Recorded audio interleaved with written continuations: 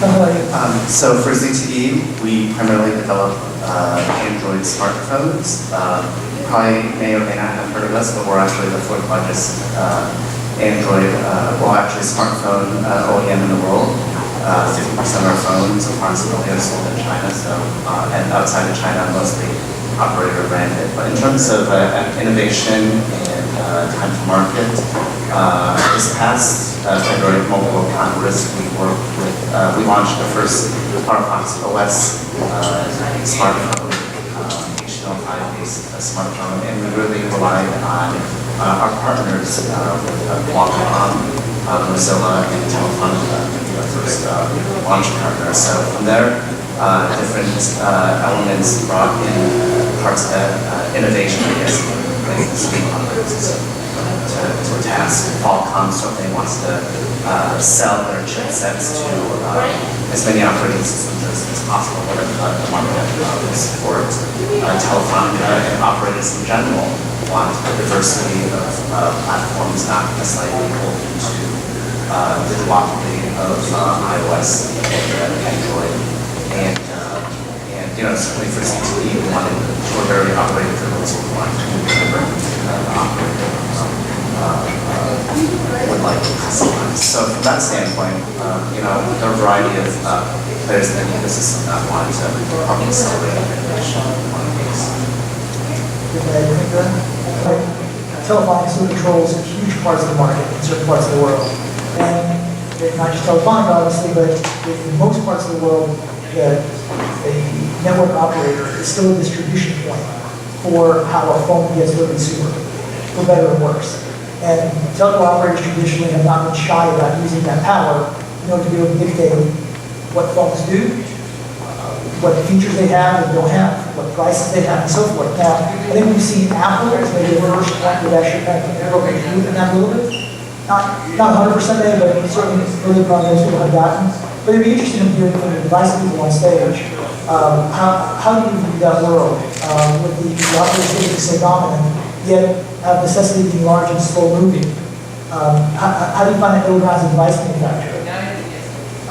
Sure. So I would agree that that operators today still do have a disproportionate amount of influence, but certainly for CTE, I think one of the strategies that we've been trying to do in terms of innovation and building our brand recognition is to try and go through more market open devices. So not locked to a carrier. And you're starting to see Google pushing this a little bit, and certainly they're not necessarily with their Google Nexus devices and their Google Play Edition devices for the HTC One and Samsung Galaxy 4. And so coincidentally, today CTE announced that we're going to be releasing our Fox OS phone in the US and the UK via eBay for $99. So sometime later this year, you'll be able to buy a $99 Firefox OS phone. So for ZTE's standpoint, we might not sell a lot of volume, but it's a way to test these new products in the marketplace to see what is appealing to the operator, to the individuals, and then having that feedback feed into the operators. And so that's one way that OEMs can test out innovation and not necessarily put out devices that are for the operation that can be a little bit more risk-taking and trial You guys, so John, ZTE supports several operating systems, Android now, Firefox OS.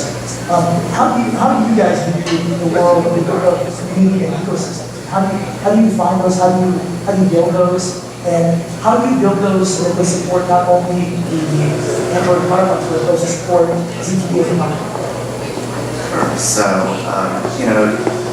we do support both Android and Firefox OS. Firefox OS is, we were the first to come out with a phone for that, and we are championing and working closely with Qualcomm and Telefonica to get the first devices out there to be really popular. But we're also the Mozilla to be I guess, the lead champion, because they are the ones developing the Firefox OS platform as well as the developer community. But Mozilla has a stake in getting input from other providers, both hardware OEMs such as CTE, as well as operators, as well as independent software developers. So we bring our perspective to the Mozilla community through our conversations with Mozilla, and certainly our engagement and understanding of what the operator needs and what they're asking. We will feed that back also into Mozilla. So it's really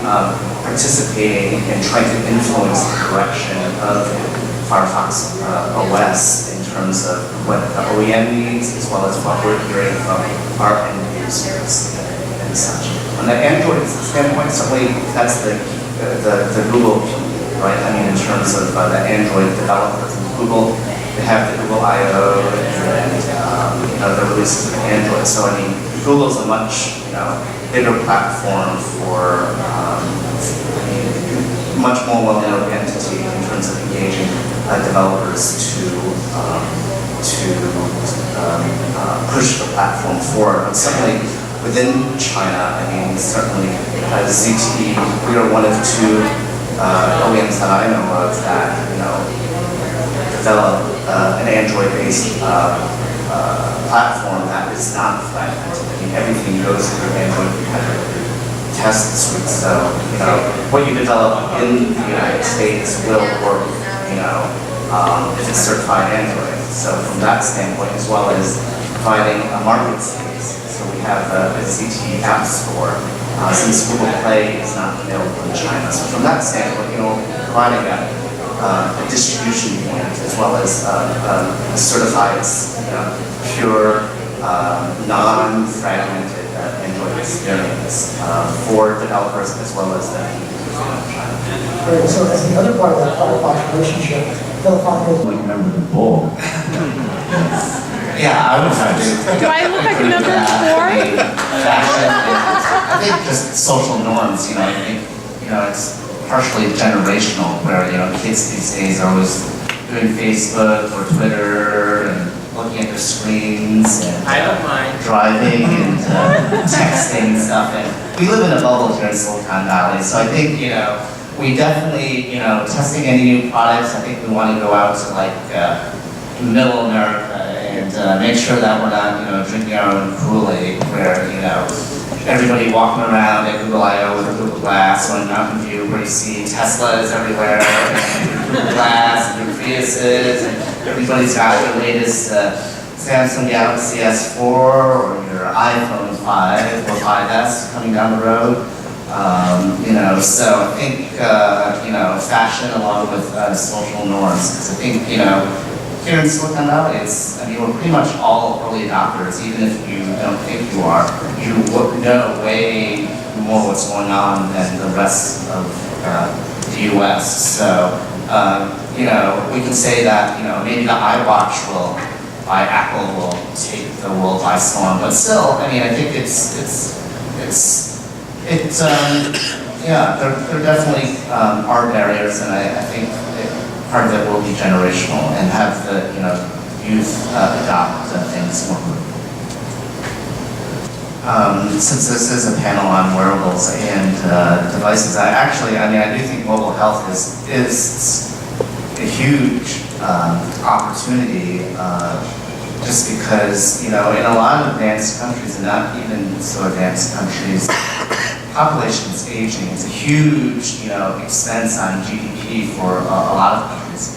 US, Japan, even China. I know China Mobile is very actively looking into a lot of mobile health solutions. So I think, and people in general, this whole quantified self movement, I think as the components get cheaper and it's easier to embed sensors as well as Bluetooth or Wi-Fi devices, tracking your weight, your heartbeat, your health is just going to be easier, it's going to be ambient, and people are just going to know more, and I think people do want to live healthier lives. So I do think wearables and mobile health specifically is a big space.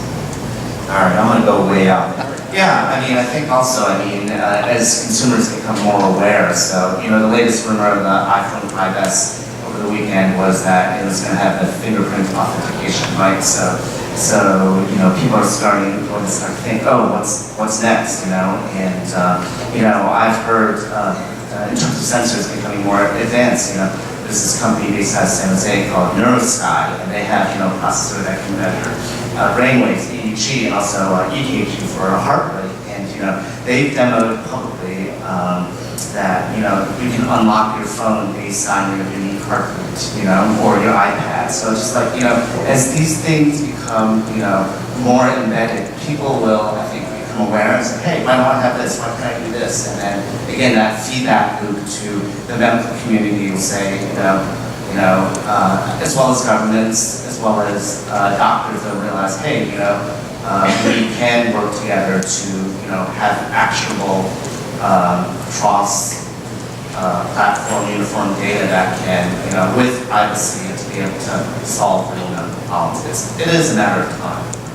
Absolutely. I think it's an interesting point that we have a rapidly aging population, people are living longer, and there's less technology that's addressed towards the latter half of that life, and it's all focused on the front half, because that's where the sexy and fun stuff is. I'd say one thing that's connected to that as well is it's not just the elderly as well. I think it's the other side of the age spectrum is with babies as well. Like new parents, it's incredibly terrifying when you have a baby.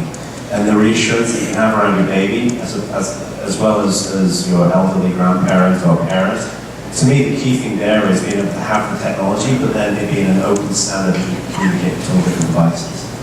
Well, I was like channel surfing the other day, and I saw a commercial, from First Alert, the people who made the term, I've fallen and I can't get up. And so I think that technology isn't necessarily like Wi-Fi specific. I think we might even use 3G or 4G voice landline to call a remote center. So there's definitely technologies out there that don't require Wi-Fi or solutions out there. And certainly, I have an elderly mother, and I have a drop cam, installed. That does require Wi-Fi, so I do have these do-it-yourself solutions for home surveillance or parental monitoring that are great ways to be able to detect. I can know when my mother gets up in the morning, and she lives locally, so it's not that big of a deal, but it has night vision and do alerts and stuff. So I think a lot of these do-it-yourself, as well as system operators like Comcast are selling Xfinity, Home, or whatever.